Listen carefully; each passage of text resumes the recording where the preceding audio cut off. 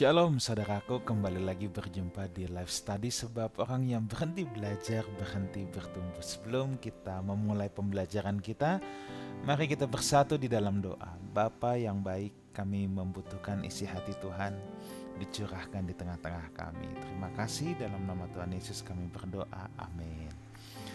Saudaraku, pada kesempatan ini kita akan membahas Injil Yohanes pasal yang ke-8 ayat yang ke-31 sampai dengan ayat yang ke-38 terlebih dahulu ya. Ayat 31 sampai dengan yang ke-38. Maka katanya kepada orang-orang Yahudi yang percaya kepadanya, ini ayat 31 ya, jikalau kamu tetap dalam firman-Ku, kamu benar-benar adalah murid-Ku. Saudara, ayat ini ayat yang luar biasa, sebab ayat ini mengandung penjelasan ya, bagaimana untuk seseorang bisa menjadi murid. Tentu saudara sudah tahu bahwa Tuhan Yesus tidak cari follower. Tuhan Yesus tidak mencari pengikut, tetapi Tuhan Yesus mencari murid. Apa yang Tuhan Yesus cari adalah murid, bukan pengikut. Kalau pengikut itu tatarannya masih fans, saudara, fans atau fans ya, penggemar. Tetapi kalau murid itu beda. Pengikut tidak perlu komitmen, murid perlu komitmen ya. Murid dituntut sebuah kesungguhan. Ya, nah itulah sebabnya Tuhan mencari murid. Nah, sekarang persoalannya untuk menjadi murid adalah syarat utamanya tuh ini, tinggal tetap. Ya. Maka kata Yesus kepada orang-orang Yahudi, jikalau kamu tetap dalam firman-Ku. Nah, tetap ini tinggal tetap, meno dalam bahasa Yunaninya, meno, yang berarti to remain, abide ya. Tinggal tetap. Tinggal tetap itu berarti terus menerus, konstan, berkesinambungan ya. Nah, itu pengertian-pengertian dari meno. Itu sebabnya saya catat sedikitnya ada 4 hal di sini ya tentang menjadi murid ini. Yang pertama, menjadi murid itu saudara proses seumur hidup. This is not a one time event. Ini bukan proses one time event yang hanya satu kali, tetapi ini proses seumur hidup. Proses berkesinambungan ya. Menjadi murid Tuhan itu tidak bisa cuman ikut KKR satu kali, ikut kebaktian satu kali, atau ikut KKR seminggu 3 kali. Nggak bisa saudara. Ikut komsel sebulan 4 kali, nggak bisa. Tapi harus terus menerus seumur hidup. Selama kita masih bernafas, kita harus mau dimuridkan ya. Makanya tinggal tetap, tidak ada expirednya, tidak ada ujungnya, tidak ada akhirnya. Ini lifetime proses saudara, lifetime proses. Makanya seumur hidup, bukan one time event. Ini proses seumur hidup. Jadi kita harus menyadari komitmen kita ikut Tuhan Yesus. Sebenarnya ketika seseorang mengikut Tuhan Yesus, dia ikuti doa pendeta atau apapun itu, menyerahkan diri dibaptis, itu sebenarnya dia sedang menyerahkan diri untuk dimuridkan. Berapa lama? Seumur hidup. Jadi baptisan semua itu bukan one time event saudara. Bukan hanya ya udah pokoknya aku udah dibaptis, KTP aku udah Kristen. Enggak. Baptisan itu kan tanda seseorang menyerahkan diri. Untuk apa? Untuk menjadi murid Kristus. Itulah sebabnya untuk menjadi Kristen ini ya, pengikut Kristus ini saudara, atau murid Kristus, menjadi murid Kristus, dibutuhkan hal yang kedua, konsistensi. Menjadi murid itu perlu konsisten, bukan berapi-api sesaat. Makanya dulu suka ada bilang jangan soda. Nah, kenapa soda ya? Kristen soda. Saudara kalau buka soda ya, minuman bersoda, saudara taruh di gelas, penuh langsung naik ke atas, tapi sebentaran kempes. Ya, itu nggak konsisten. Bersemangat sebentar, menggebu-gebu, bush, langsung surut lagi, ya. Terbakar sebentar, langsung padam. Ini semuanya adalah karena ketidakadanya konsisten. Tetapi kalau kita mau menjadi murid Kristus, saudara, ini dibutuhkan konsistensi, ya. Bukan menggebu-gebu sesaat, wah semua acara diikutin, ya, tetapi tidak ada konsistensi. Baik ikut berdoa, baik ikut Bible study, tapi kalau nggak ada konsistensi, kembali lagi ke poin pertama tadi, kalau hanya one time event, ya tidak bisa, saudara, tidak bisa. Menjadi murid ini butuh konsistensi. So, ini bukan Kristen soda, tapi harus bejana hidup kita diisi oleh airnya Tuhan, aliran air Tuhan sampai penuh. Bukan hanya sesaat terus kempes. Yang ketiga, menjadi murid membutuhkan komitmen. Nah, tadi sudah konsistensi, lalu komitmen. Kenapa? Karena untuk bisa tinggal tetap, memang kita butuh komitmen, saudara. Untuk tinggal tetap itu butuh komitmen. Nah, kenapa perlu komitmen? Gini, saudara, komitmen itu justru dibutuhkan saat kerajinan kita kendor. Tadi kan poin pertama proses seumur hidup, poin kedua konsisten. Untuk konsisten itu tidak mudah, dibutuhkan komitmen. Ya, tanpa komitmen tidak mungkin ada konsistensi.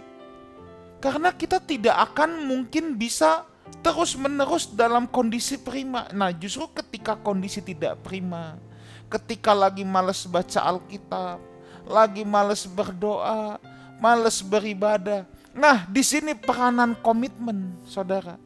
Justru saat kerajinan kita kendor, semangat kita turun, perasaan kita hampa, di situ kita butuh komitmen untuk terus mau menempel pada Sang Firman itu. Sama halnya dalam pernikahan, saudara. Pernikahan itu kan juga lifetime proses, saudara, ya. Bukan one time event. One time eventnya mah gampang, cuma 2 jam pesta. Tapi ini kan lifetime achievement, ya. Ini adalah perjalanan seumur hidup, pencapaian seumur hidup. Nah, kapan komitmen dibutuhkan dalam pernikahan? Justru ketika keadaan tidak baik-baik saja, ya. Kalau lagi I love you, you love me, we love lapan, ya itu nggak butuh komitmen. Butuh komitmen saat pasangan hidup kita terasa menyebalkan. Nah, itu ya. Justru di situ butuh komitmen. Butuh komitmen ketika banyak godaan. Nah, kalau nggak ada godaan, nggak perlu komitmen, saudara. Tapi kalau lagi banyak godaan, itu perlu komitmen. Bisa nggak saudara tetap setia kepada pasangan saudara? Nah, ini sama firman juga. Kalau lagi berapi-api gampang, saudara. Tapi kalau lagi banyak godaan di luar sana, makanya Paulus berkata kepada jemaat di Galatia, "Hai orang Galatia yang bodoh, apakah yang mempesona kamu sehingga kamu memalingkan diri dari Injil Kristus?" Ada godaan di luar. Nah, justru ketika keadaan tidak baik-baik saja, di situ kita butuh komitmen, saudara. Ya. Nah, yang keempat, saudara, meno itu juga berarti tinggal tetap, berdiam, seperti rumah yang menjadi tempat kediaman kita. Jadi kalau saudara tinggal di sebuah rumah, nah itu meno, saudara, tinggal tetap, berdiam. Rumah itu kan pusat kehidupan kita, saudara, ya. Rumah itu pusat kehidupan kita. Rumah itu adalah tempat yang dikatakan atap kita, tempat kita berlindung, tempat kita bernaung. Pusat kehidupan saudara bukan ada di kantor, saudara, ya. Makanya kalau orang gagal membangun rumah, cuman cakap membangun karir, itu bahaya. Sebab dia tidak berhasil membangun pusat kehidupannya. Dimana pada akhirnya dia harus kembali ke rumah lagi. Saat sakit, saudara nggak ada di kantor, saudara ada di rumah. Saat tua, bekerja bisa pensiun, tapi rumah nggak ada kata pensiun, itu atap kita. Nah, ini tinggal tetap itu seperti rumah yang jadi tempat kediaman kita, di mana kita berlindung, kita berlabuh, saudara. Jadi firman seharusnya menjadi pusat kehidupan kita. Firman itu bukan sampingan. Harusnya kita cakap membangun kehidupan kita di atas dasar firman. Ya. Makanya kalau tinggal tetap, ada konsistensi, ada komitmen, jadikan firman pusat kehidupan kita, hidup kita akan kokoh. Seperti rumah yang didirikan di atas batu karang, kata Injil Matius kan yang dulu kita bahas.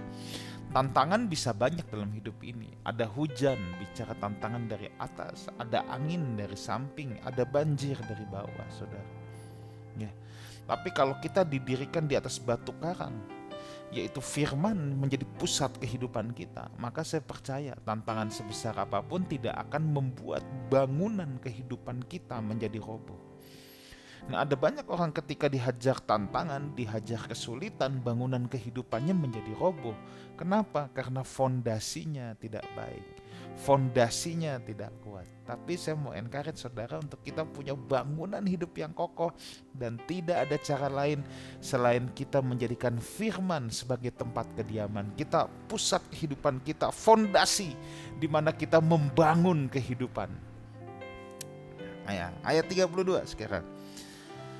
Dan kamu akan mengetahui kebenaran, dan kebenaran itu akan memerdekakan kamu. Nah, saudara, harus menjadi murid dulu baru bisa mengenal kebenaran. Nah, saya senang sekali loh sama urutan-urutan ini ya. Ayat 31 dikatakan, jikalau kamu tetap dalam firmanku, kamu benar-benar adalah muridku. Nah, kalau udah menjadi murid baru, dan kamu akan mengetahui kebenaran, dan kebenaran itu akan memerdekakan kamu. Banyak orang mau tahu kebenaran tapi gak mau jadi murid. Nggak bisa, saudara. Murid itu syarat mutlak untuk seseorang bisa mengenal kebenaran. Harus jadi murid dulu baru bisa kenal kebenaran. Nah, ini kata mengetahui di sini, saudara. Sebenarnya saya lebih suka seandainya diterjemahkan dengan kata mengenal. Kenapa? Sebab kamu akan mengetahui kebenaran. Ini kata yang dipakai ini ginosko, saudara. Ginosko. Ya. Ini bukan cuma sekedar pengetahuan teori. Kalau cuma tahu teori itu nggak bisa memerdekakan. Tapi yang bisa memerdekakan adalah kalau kita mengenal, saudara. Kan tahu sama kenal itu beda ya? Beda dong. Tahu belum tentu kenal. Kenal pasti tahu. Saya tahu Pak Jokowi. Oh iya, kenal nggak? Enggak. Tahu aja dia presiden Indonesia yang berprestasi. Kenal nggak? Tidak. Tapi kalau orang bilang, saya kenal Pak Jokowi. Tahu beliau nggak? Pasti tahu beliau, saudara. Makanya tahu dan kenal ini hal yang berbeda. Tahu kebenaran itu nggak cukup. Kalau cuma tahu, saudara baca buku-buku juga bisa tahu tentang firman. Tapi kalau saudara mau kenal, ya harus tinggal tetap. Karena pengenalan itu butuh waktu, saudara. Semakin waktu mengenalnya lama, itu semakin berakar, ngebornya semakin ke dalam. Pengenalan itu butuh konsistensi. Misalnya saudara tahu saya, kita belum tentu kenal. Akhirnya ketemu, kita berkenalan. Jadi kenal nggak? Kenal, tapi ketemu sekali.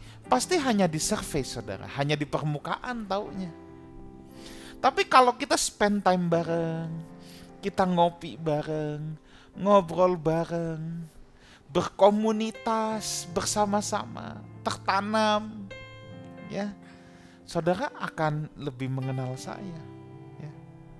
Baik buruknya saya, saudara akan tahu. Ya, saya bukan malaikat tanpa sayap. Saya pun pasti juga masih berjuang melawan defect of sin atau cacat-cacat karakter yang ada dalam diri saya, dan kita nggak boleh menyerah akan hal itu.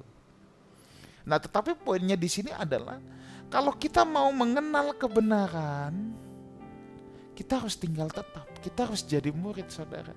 Jadi bukan cuma tahu itu baru teori. Nah, kalau mengenal itu kan punya experience, punya pengalaman bersama. Pengenalan harus dibangun, pengenalan tidak bisa instan.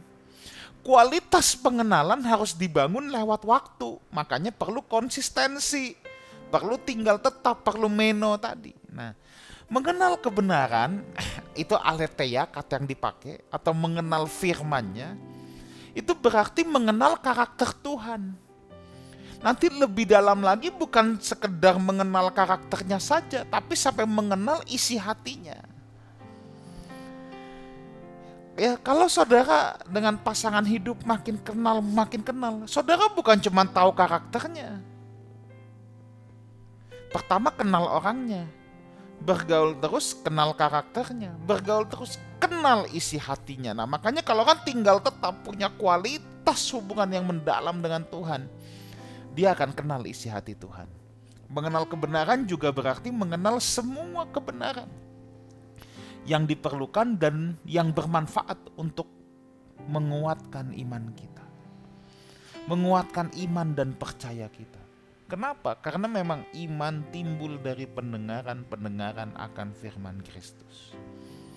Lebih jauh lagi, dikatakan bahwa kebenaran akan memerdekakan kita. Nah, ini apa, saudara? Maksudnya kebenaran akan memerdekakan.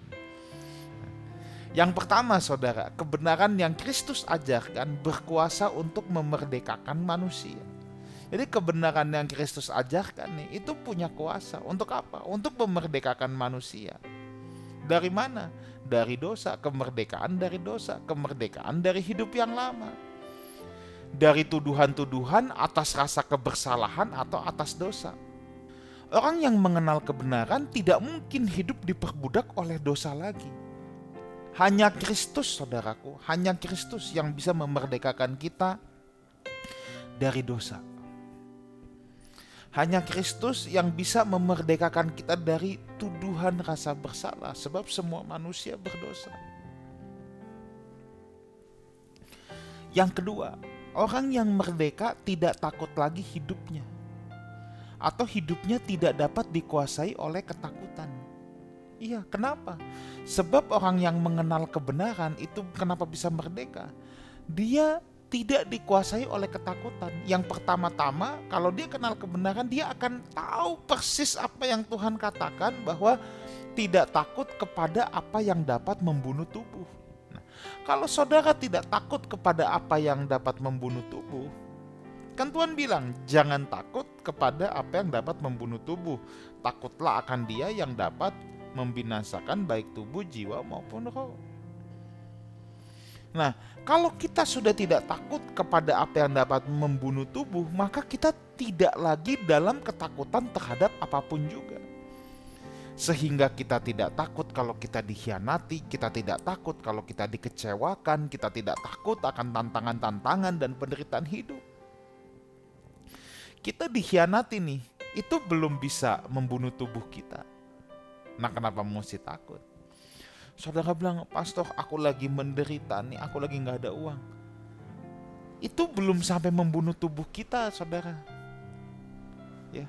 Pokoknya penderitaan hidup manusia yang paling mentok adalah membunuh tubuh. Nah, sekarang kalau membunuh tubuh saja kita tidak takutkan, tapi kita cuma takut sama Tuhan. Ya, itulah baru kita bisa menjadi orang yang merdeka. Yang ketiga, saudara, kemerdekaan di sini bukanlah untuk hidup semaunya, tetapi merdeka untuk melakukan kehendak Tuhan.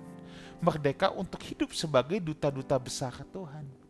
Merdeka untuk hidup sebagai pelaksana kehendak Tuhan. Nah, saudaraku, ya, ada banyak orang salah kaprah di sini. Mereka berpikir, oh iya, aku hidup merdeka. Maksud lo bebas mau ngapain aja bisa. Enggak, saudara. Kemerdekaan Kristen itu untuk kita menghidupi rencana Allah. Kita merdeka untuk tidak lagi dibelenggu oleh dosa, tetapi kita sekarang mau jadi hamba kebenaran. Ya. Kalau orang berpikir bahwa merdeka adalah bebas pol-polan, ya, nggak ada yang membatasi, itu salah. Mana ada kebebasan yang nggak dibatasi. Rumah saudara aja dibatasi kok sama tetangga. Negara Republik Indonesia aja dibatasi kok, ada batas laut, ada batas daratan. Segala sesuatu dalam hidup ini pasti ada batasannya. Saudara berolahraga pun ada batasan. Main sepak bola ada garisnya, nggak bisa keluar garis. Main basket ada garisnya, nggak bisa semaunya. Nah, hidup kita juga sama. Bagaimanapun kita dibatasi, tapi yang membatasi kita bukan lagi dosa. Orang yang diperbudak oleh dosa, dikungkung oleh dosa. Tetapi sekarang yang membatasi kita adalah firman Allah. Artinya apa? Kita harus menggerakkan roda kehidupan kita sesuai dengan firman Tuhan. Ayat 33, jawab mereka, kami adalah keturunan Abraham dan tidak pernah menjadi hamba siapapun. Bagaimana engkau dapat berkata kamu akan merdeka? Rupanya perkataan Yesus ini, saudara, membuat orang-orang Yahudi tersinggung berat. Mereka tersinggung. Ingat saudara, mereka itu sangat bangga dengan status anak Abraham. Selalu saya katakan gini, kalau ada guru yang paling dihormati oleh bangsa Israel itu Musa. Nabi yang dianggap paling besar, paling dihormati itu Elia. Raja yang dianggap paling powerful itu Daud. Makanya bendera Daud ya, itu masih dipakai sebagai bendera negara Israel sampai hari ini. Tapi kalau soal identitas, mereka bangga disebut anak Abraham, saudara. Nah, ini kita akan bahas lebih lanjut di pertemuan minggu depan. Sebab ini sangat menarik sekali. Ya.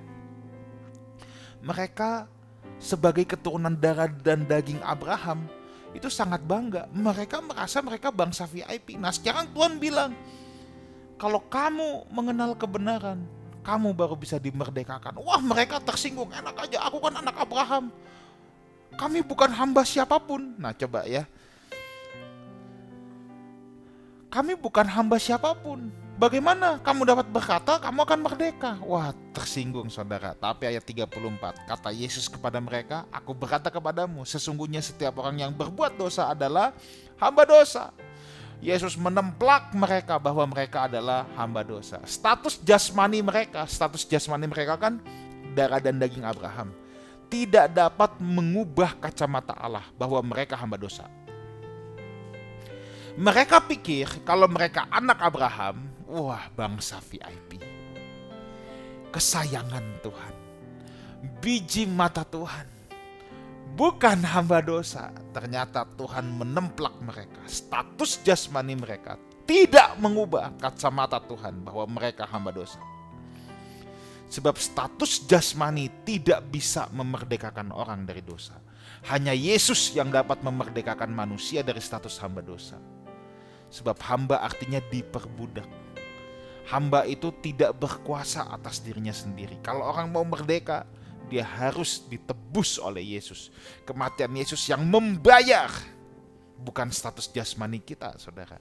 Tapi kematian Yesus di atas kayu salib itu yang menebus, yang membuat kita tidak lagi diperbudak dosa, tetapi berpindah jadi hamba kebenaran. Kita tetap tidak berkuasa atas diri kita sendiri, hanya transfer kepemilikan, dulu oleh dosa, sekarang oleh kebenaran.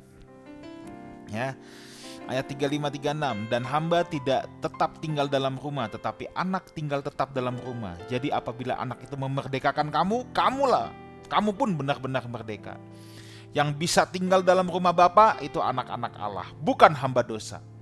Hamba tidak selamanya tinggal di rumah. Hamba tidak dapat warisan. Anak-anak Allah yang akan dapat warisan. Ya. Yesus memberikan jalan kepada mereka agar mereka benar-benar merdeka dan beroleh kesempatan, saudara, untuk masuk ke dalam kemerdekaan kemuliaan anak-anak Allah. 37-38, aku tahu bahwa kamu adalah keturunan Abraham, tetapi kamu berusaha untuk membunuh aku karena firmanku tidak beroleh tempat dalam kamu. Apa yang kulihat pada Bapa, itulah yang kukatakan, dan demikian juga kamu perbuat tentang apa yang kamu dengar dari bapamu. Yesus mengakui secara darah dan daging, memang mereka keturunan Abraham. Nah, nanti kita bahas minggu depan, saudara. Ini tentang keturunan Abraham ini seru, saudara. Rupanya ada change of game. Ada aturan yang Tuhan ubah, saudara. Nah, nanti saudara jangan sampai ketinggalan, harus saksikan minggu depan. Di mana anak selalu harus mencontoh Bapa. Kalau kita anak Tuhan, ya kita harus mencontoh Tuhan. Bapa harus jadi teladan. Ya. Nah, sekarang gimana kita bisa mencontoh Tuhan, saudara? Gimana kita bisa mencontoh Tuhan kalau kita tidak mengenal kebenaran? Nggak bisa. Anak selalu menjadi mesin fotokopi terbaik dari orang tuanya. Kalau kita anak-anak Tuhan, kita harus jadi mesin fotokopinya Tuhan. Saudara, kalau ke sekolahan lihat anak-anak yang teriak-teriakan, urakan, liar sekali, hampir saya dapat pastikan di rumahnya orang tuanya suka teriak-teriakan. Ya, Anak itu mesin terbaik, mesin fotokopi terbaik dari orang tuanya. Dan kita sebagai anak-anak Allah, kita harus jadi mesin fotokopi terbaik dari gambar Tuhan yang nyata, supaya hidup kita menggambarkan Tuhan juga. Tuhan Yesus menyertai kita semua. Amin. Mari kita berdoa. Bersyukur untuk kesempatan ini kami boleh belajar kebenaran firman-Mu. Hamba-Mu memohonkan anugerah Tuhan supaya kami diberikan kuasa untuk menghidupinya. Terima kasih, dalam nama Tuhan Yesus kami berdoa. Amin. Saudaraku, saya tunggu kehadiran saudara di ibadah kita, ibadah bersama Lifehouse Community setiap hari Minggu jam 10 pagi di Wang Plaza lantai 2. Itu jalan panjang, adanya di Kedoya, saudara ya. Pencet Google Maps saudara, Wang Plaza. Saudara naik ke paling atas lantai 2, jam 10 kita bertemu di sana. Ada sekolah minggu, ada teens, kita beribadah bersama, dan saya sangat ingin berkenalan dengan setiap saudara ya. Baik, sampai jumpa minggu depan di Life Study, sebab orang yang berhenti belajar berhenti bertumbuh. God bless you.